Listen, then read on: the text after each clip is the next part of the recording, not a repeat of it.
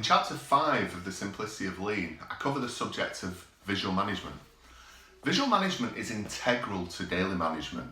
It's about ensuring that our people can see very quickly what the status is so that they can respond accordingly. If you think about the world around you, visual management is everywhere. So visual management in your car in terms of the dashboard, visual management in terms of street signs, visual management in terms of guidance around buildings, factories. And this is absolutely critical if we're going to be a lean thinking organisation.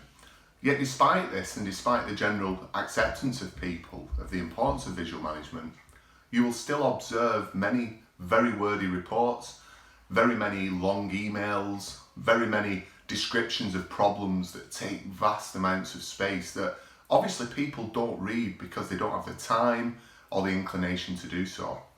So visual management is about getting the message over very, very effectively, very quickly, in a way that then allows people to start to deep dive.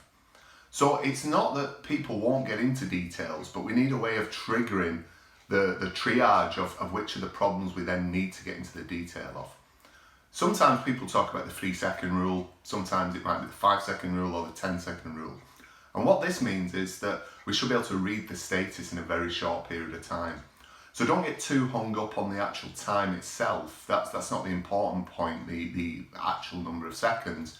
The point is, can you very quickly understand the status without having to look into a lot of detail? So we're using dashboards, we're using colour coding, we're using charts that are very visual. And that's critical. That's critical if we're going to get that lean thinking. So in The Simplicity of Lean, I talk about that.